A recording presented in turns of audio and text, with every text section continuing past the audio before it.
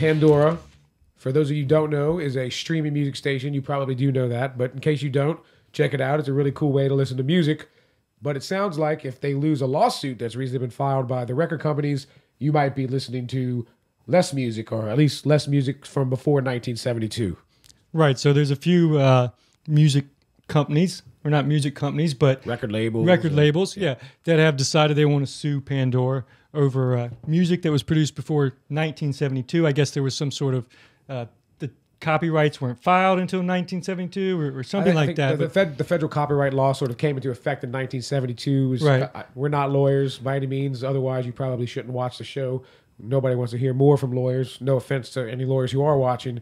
But now, you just said you don't think old people listen to Pandora. And let's explain what Pandora is, just for people who for the have old been people in who don't listen to cave. Pandora but might want to listen to Pandora, this is what Pandora does. All right, so Pandora is an internet streaming music service that lets you create your own internet radio stations, right? So, for instance, I could go in there and enter an artist or a name of a track. Or genre, even, I believe. Right, so like I go in and say, I want to create a radio station based around Norah Jones, okay? And they will play not only Norah Jones music, but music similar to Norah Jones. They've created an algorithm, essentially, that they call the Music Genome Project. Now, here's my question. Pandora, I started listening to Pandora when I first got into internet streaming, probably 5 or 6 years ago. I don't really use Pandora much anymore, though. I like Pandora because it's cheap. It doesn't really cost much money. How much does Pandora cost? There used to be 2 different ways to pay for it. You used to be able to pay either like $30 a year or $3.99 a month. Now, last month, they actually just raised that price to $4.99 a month. But there's also a free version? Most people just use free, ad-supported. Commercials. Right, Like you listen to regular. So, long story short, for those of you who are, in a cave or old or, whatever, Pandora is basically like online radio. But rather than saying, I listen to the rock station, you can be more specific than that. Right, it's personalized. And you can thumbs up and thumbs down, and then it'll curate that station over time. So I don't really use Pandora that often either. But part of the reason you don't is why? Because there's better stuff out there? There's better stuff out there. But before we get to that, I want to address your old question. All right. So it wasn't a question. It's not a question, it's a statement.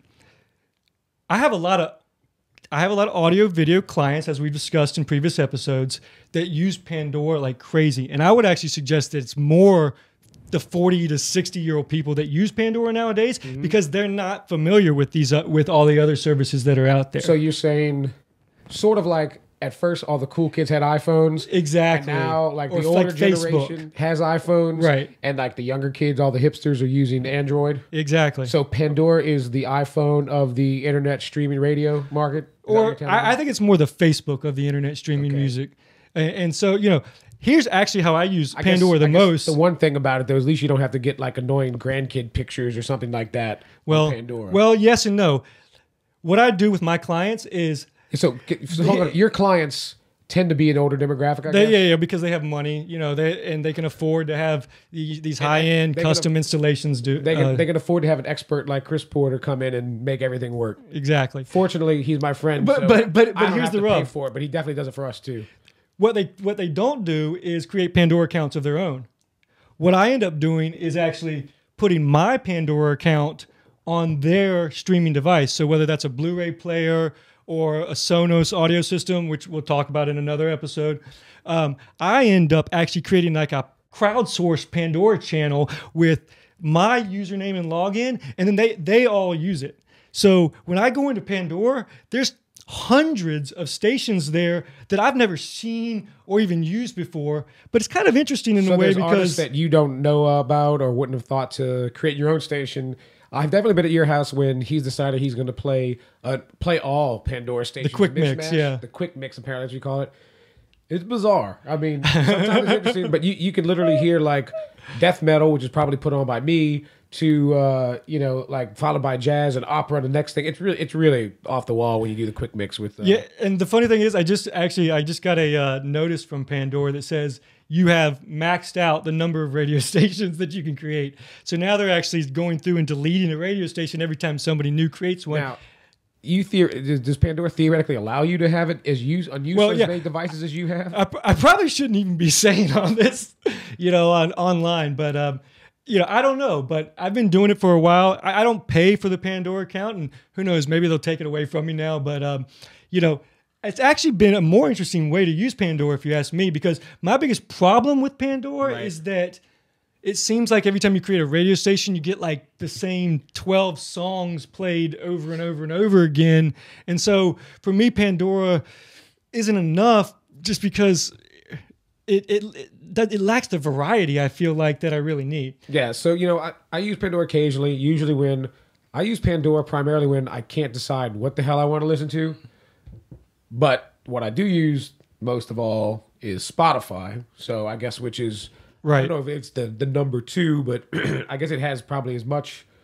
I don't know. How would you describe, Spotify compared to Pandora? I would say that Spotify is similar to Pandora, but adds another layer on top of that, right? Spotify does have that same radio feature where you can create stations based around artists you like. That's not what it started about. It's not how it started. Spotify was more like, look, you're going to pay us a subscription fee of, I don't know, somewhere between $7 and $10 a month. Different levels, yeah. And we're going to give you access to our entire catalog, which means if I want to bring up, Norah Jones' entire discography, I can do that. Well, I think to put it a different way, if I want to hear, and I don't know any Norah Jones songs, so I can't use that example, but if I wanted to hear Sweet Child of Mine, I can go in and specifically hear Sweet Child of Mine by Guns N' Roses. Exactly. On Pandora, I could create Guns N' Roses radio, and I might get some Guns N' Roses songs, but I might have to listen for a couple of hours to actually get Sweet Child of Mine.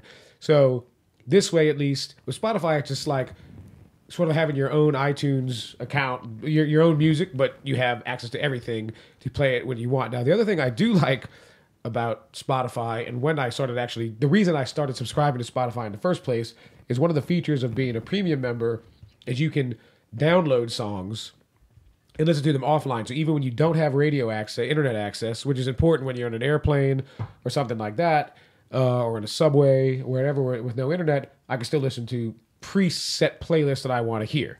Right. And that's a feature that, somebody like Pandora obviously does not offer. Right. And you've actually used that feature to some extent. Well, yeah, so we got it. We used it to the plan was for this to be used as our wedding playlist. So we stayed up many, many nights in advance of the wedding, only to find out that the Italian host of the wedding thought that they were better DJs than we were, plugged in their own iPod rather than playing to the damn playlist that I took, literally 2 weeks to create in actual time. And needless to say, there had been a lot of booze consumed up to that point. So by the time these fuckers stopped playing my songs, I started getting pretty angry. It brought the wedding to an earlier close than some people would have expected. So it wasn't Spotify's fault, though. Let's be clear. It was Italian fuckers in their techno DJ bullshit, rather than just playing the songs that I knew were going to work for the audience that we had, which is basically a bunch of children of the 90s and, some of the 80s as well. But, that kind of stuff. Right. I didn't want to hear, whatever Italian people listen to. Right. Well, and you know what? Neither did we. To tell you the truth. Right. Your playlist was much better than that, guys. And for I really wish you just listened to. For our audience, it was. But the point was, that's a pretty cool tool. If you think about how much it costs, if you want to host a party or you want to have a wedding or something like that, you don't have to pay some DJ. You pay, just subscribe for 1 month. Now, it does take some time to build that playlist together.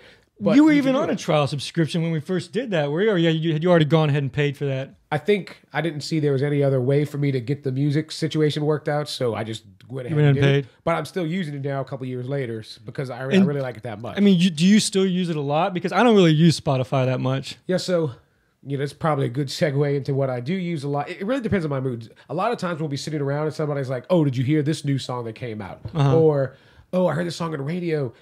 That's kind of a lot of times when I use Spotify. So you use it to find a specific song or artist. Right. If I'm in the mood for like an Ozzy Osbourne kind of extravaganza, I'll go do that because unlike Pandora, I can listen to 20 Ozzy Osbourne songs. Where if I do an Ozzy Osbourne station on Pandora, I'm gonna get one, and then I'm gonna hear some Journey, and I'm gonna hear some Metallica, or whatever, and I just want to actually hear some fucking Ozzy Osbourne. Right.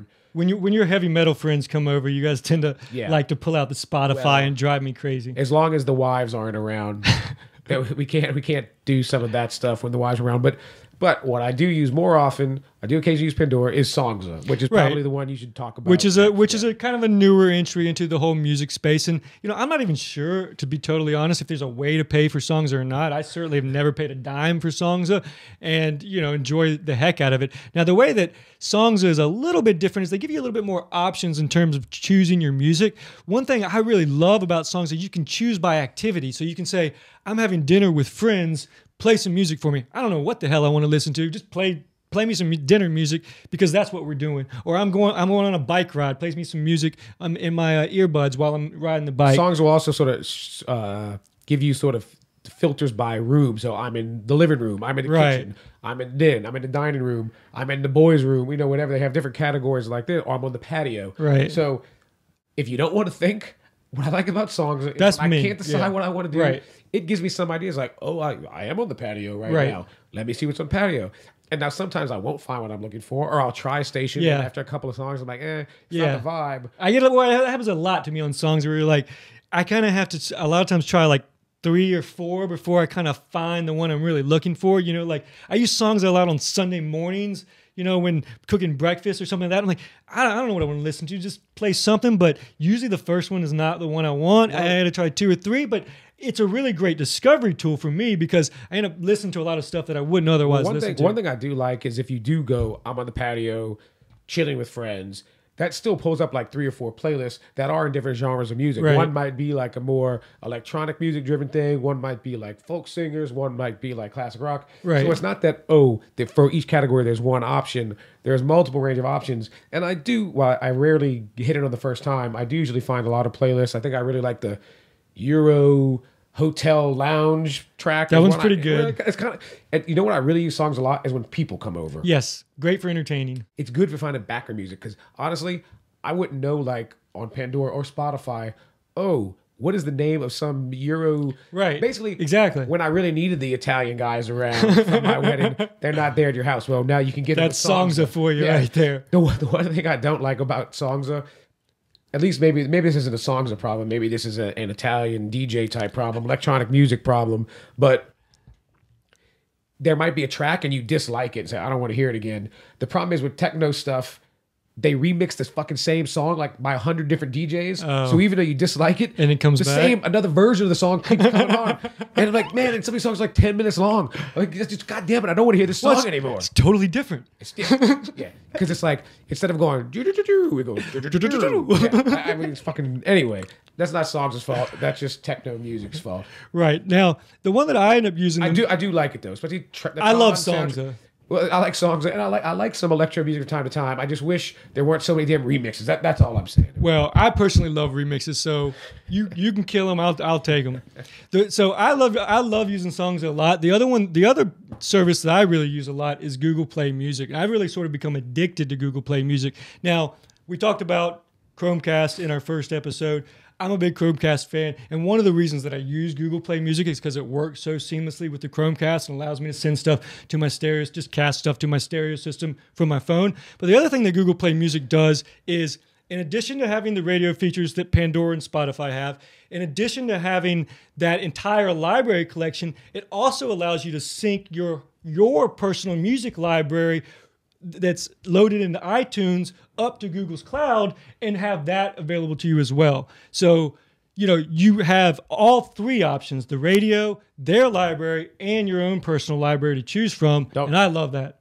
If it is in your library, do they take the actual version of the track that you have, or do they sort of replace it with a generic version? No, I think they take the actual version from your library, because the one downside to Google Play Music when you're originally setting it up, when you're trying to sync it with that iTunes library, is that sometimes it takes, depending on the size of your music library, up to like a week to upload all your data into it. Now, So do you like Google Play other than the Chromecast, do you like it because it has your music library in there? I like it because it has feature for you.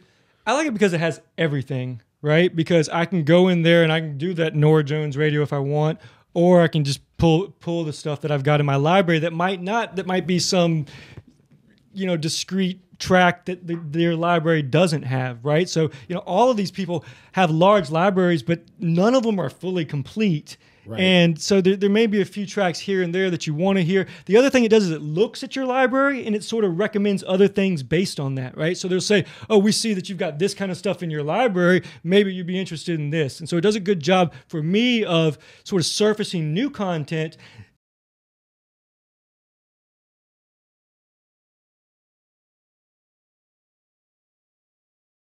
And helping me discover things in a similar way that Songza does. So it basically does what Google always does, which is it tries to take all the possible relevant data that's out there and kind of combine it into something that's useful for the consumer. Yeah, and I think they've done a great job. They also, you see on Google search, I'm feeling lucky button, which I don't know that anybody ever uses that anymore, but except for some like sort of joke things that are apparently in there from time to time. Oh, like the Easter eggs and stuff.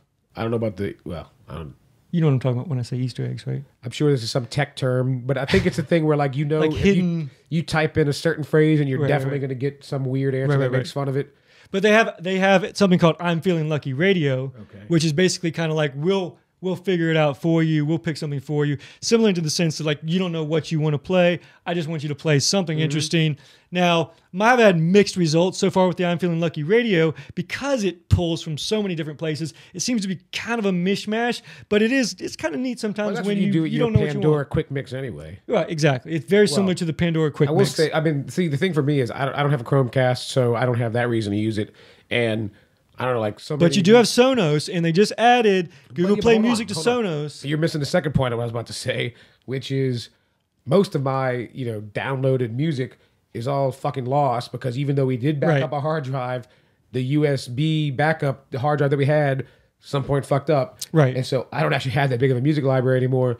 And so because of Spotify, I don't even go about trying to recreate it. So it sort of sucks. And that makes sense. If you don't already have a music library, I'm not sure it really makes sense anymore to be creating one if you don't have a bunch of CDs that you rip to your computer. Yeah. Now, Google Play Music actually got me to pull out all my old CDs that had all the MP3s that I downloaded from Napster back in the 90s. Well, I had done that already and then got rid of the CDs because I had it all electronically. So it just goes to show you, back up everything twice. Yeah, definitely. Well, if you only backed it up once and deleted it, you don't really have a backup for one. But it was that's another story. We were moving, we got rid of the laptop. I know. I tried to repair it. I tried to get your hard drive working again. And I couldn't. Yeah. And so anyway, I think there might be like an old version of the iPod, somewhere like the old big gray iPod that I was using as a backup device when it used to work that way pretty easily. Right. That actually might have a lot of this stuff on it. So I've got to dig that thing out of storage and hope it hadn't broken either. But that was actually nice, wasn't it? Back when they would allow you to use an iPod as basically a storage hard drive. I sort of like the iPod more for the storage factor than for the damn music that it played. I really wish that's how I used to use it. I used to use it as a large capacity, but easy to carry and portable hard drive. Yeah. And I used to just transfer large files onto it. And it was the best portable hard drive around. All right, hang on a second. I got my dog making aggravating licking noises. Gunya. It's fine. It's fine. Stop licking. I'm not saying he's coming up on the mic. It's just annoying to hear. Like, I'm pretty sure most of you wouldn't want to listen to a show where Chris talks and I go. I mean, maybe. And yet that's what they're listening to right now. Not the whole show, but I mean, if you guys like it, we can certainly make that show. It's not very difficult. So, well, all right. Well, I think we probably covered these music services about as far much as anybody wants to hear us cover them. Well, I'll say this: I kind of use them all, except Google Play. I use them all for different times. If you do have a big music service, I think this is actually the thing. This is why I use Spotify more than Google Play, and why I use Google Play more than Spotify is because you already have a lot of the songs that you want to hear. Where for me, because I've lost all the songs I have, Spotify is sort of my alternative to my library that I used to have. But I got to be honest, I don't listen to my library that much. Yeah. It's just nice to have like 10% of the time. The thing I use most often is the radio features of Google Music, which I could be getting for free on Pandora, and yet I pay $7.99 a month for the Google Play Music and just enjoy the user experience a lot more there because it has everything in one place, and I don't feel like I have to go use Pandora and Spotify and Songza. I feel like I can get everything in one spot.